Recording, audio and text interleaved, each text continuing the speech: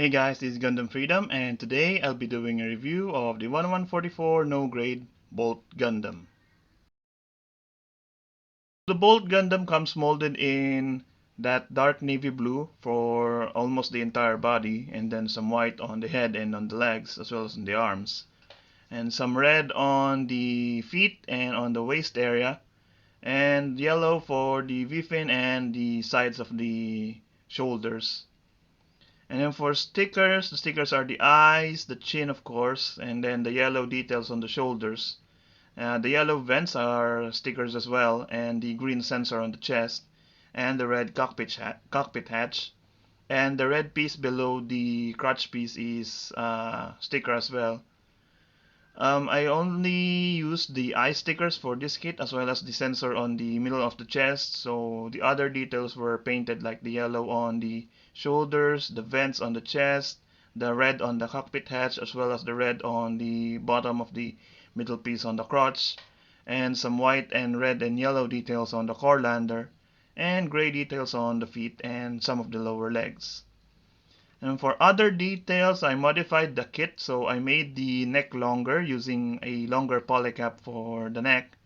And then I also removed the connection of the chest to the back skirt, so now it has a separate waist movement, although because of the design of the kit, it cannot rotate on the waist area even though it's separated. The arms were also modified to give it more of a high-grade movement, as well as the hands. And the hips and knees were also modified to replace the ball joints, the old ball joints, into a peg style connection, similar to the newer high grades. So first off, for the accessories is the core lander. So it's a very flat core lander and all molded in that dark navy blue. That's the same as the body of the Bolt Gundam.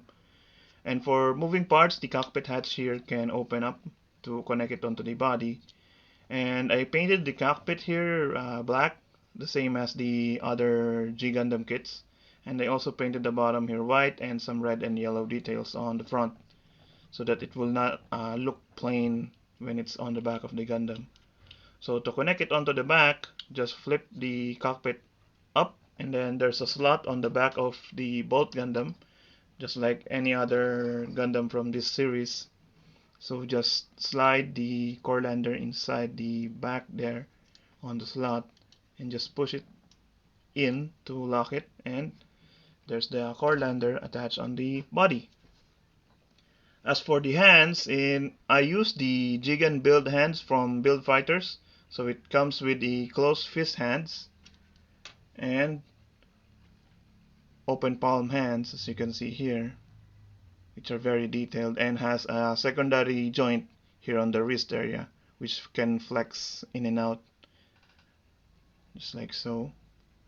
And then the other hand, since I used the open holding hands for other kits, I used the extra open hands or holding hands that I have from the Shining Gundam. So it has two of those. And then for the next accessory, it comes with a beam chain with the handle already attached for the graviton hammer attack that he has, but you need to paint the handle here white. And since I modified this kit, the ball is already stuck in the shoulder, so it cannot use it anymore. So it cannot use this also, so it's just on the sidelines there. But since I have the upgrade set for the 1144 no grade G Gundams, it now has a much bigger ball than it's previously have, just like so. And it now has a metal chain for the beam, and the handle is already molded in white. So yeah, although the only problem with this is that it cannot hold it on a pose anymore, just unlike the plastic version. So when it's being held by the hand or the arm, it's just lying down on the ground. It has a single ball jointed neck which moves the head up about that far and down that far, side to side that far, and rotate all the way around. For the arms, I didn't modify the connection of the shoulder to the body, so it retains the peg connection here. and it lets the arm rotate all the way around, and also no in and out motion for the shoulder here because of the design of it. But I modified the shoulder. Let me just show you the other arm here. So before modification, the connection piece here for the shoulder, this polycap is supposed to be aligned going to the side so that it can connect on the body, but instead I just glued a hole here on the side of the shoulder and open up a gap here so that it can move up and down before. So now I didn't plug the uh, hole here. And what I did is I changed the polycap into a longer polycap, and then I aligned it going down so that the arm can connect on it. And then I removed all of the plastic here on the bottom because it's supposed to be all covered, the bottom here. And then there's just a peg sticking out to connect the arm onto the shoulder. But it hinders the arm to move further because originally the arm can only move together with the shoulder about that far from the body. So the hand is aligned towards the around 30 degrees from the body, but since I modified it, it can now move further from the body. So yeah, that's why also the ball is glued already on the shoulder armor, because I removed the connector piece here for the ball where it's supposed to be pegged in. And now that I modified it, the arm can move out about that far independent from the shoulder, and it can rotate on the bicep and has a double jointed elbow, although it bends a little bit only because of the design of the arm. And then there's also a ball joint on the wrist area here, which lets it rotate and wiggle around. And then there's a secondary flexing joint on the hand, which lets it move in and out. For the body, originally the body here is connected onto the waist area via the back skirt here, but what I did is I separated them, and then I attached a peg from the body here going to the waist because it has the old polycap waist, as you can see here inside the skirts, and it has a hole on it, but you just need to install a peg on the body so that it can have a movement on the waist area. But because of the design of the kit, because this red piece here on the crotch area is clashing with the lower chest here, so it can only rotate a little bit even if you separated the waist from the body here. So that's all the movement that you will get from the kit itself, although it has a little bit of forward and back give from the peg and polycap combo from the waist area here. For the waist area, the front skirts are on ball joints, again from the polycap waist connection, but it can only go up about that far on both sides because of the design of it. And then the side skirts are also on a ball joint, as you can see here, although they're a bit loose because of the old plastic that they used. So it can only move about that far. So yeah, and then the back skirt is fixed post. And then for the hips, it's on a peg rather than a ball joint, an old ball joint. So the hips can only go forward about that far, even with modification. Without modification, it moves the same. So yeah, and the front skirts keep popping off, and the side skirt as well. But without the front and side skirts, the legs can move further upwards, like so, and move back about that far because of the fixed post back skirt. And then without the side skirt, the legs can move further outwards to do the splits. But if the side skirt is still on the waist, it can only move about that far until it pops the side skirt out. And then for the knees, they're on double joints, so they can bend about that far.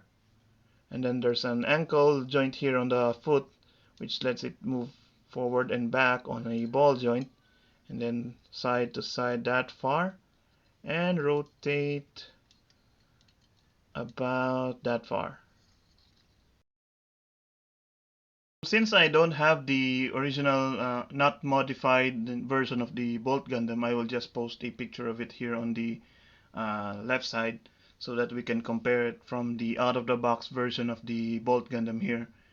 And if you see this, it will show you that without modification, the legs are a bit stubbier than they are here on my version, as well as the arms.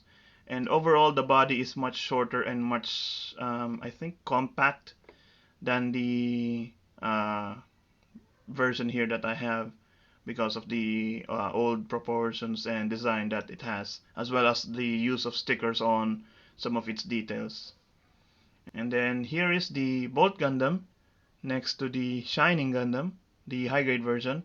And as you can see, they have almost the same height, although the Bolt Gundam is a little bit taller than the Shining Gundam here, which is, I think, anime accurate, because the Bolt Gundam is supposed to be bigger than the other Gundams from this line.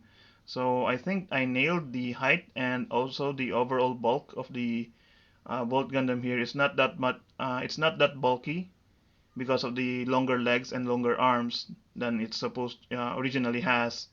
And overall, I think it looks good together with the high grades, because that's really my target. That's why I modified this kit, so that it can stand together with the high grades and look better together with them as well. So yeah.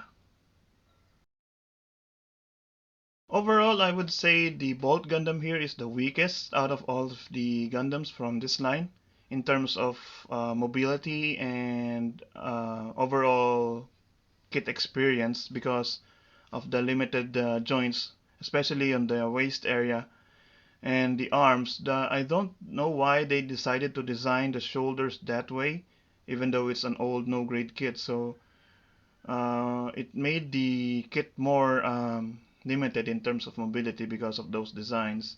And then the legs are also, because of the bulky shape of it, they are also limited. And then the waist, the design of the waist area is very limited. I think if they made it into a modern high grade, they would come out with the design that would make the bolt have a waist articulation, even if the design doesn't let it have any movement on the waist. So yeah. So overall, even if with modifications, the kit is still limited, especially on the waist and on the arms. But since my only plan for this kit is to make it look like a high grade, so that it can stand together with the other kits like the high grade Rose, Maxter, and the Shining Gundam, as well as my modification on the Dragon Gundam. So yeah, that's why I also modified this kit. And I think that even if it has issues, if you take the time and effort into painting and modifying the kit itself, it would look much better than it's supposed to be out of the box. So that's it for this review. I hope you guys enjoy it, and I'll see you guys again next time. Bye!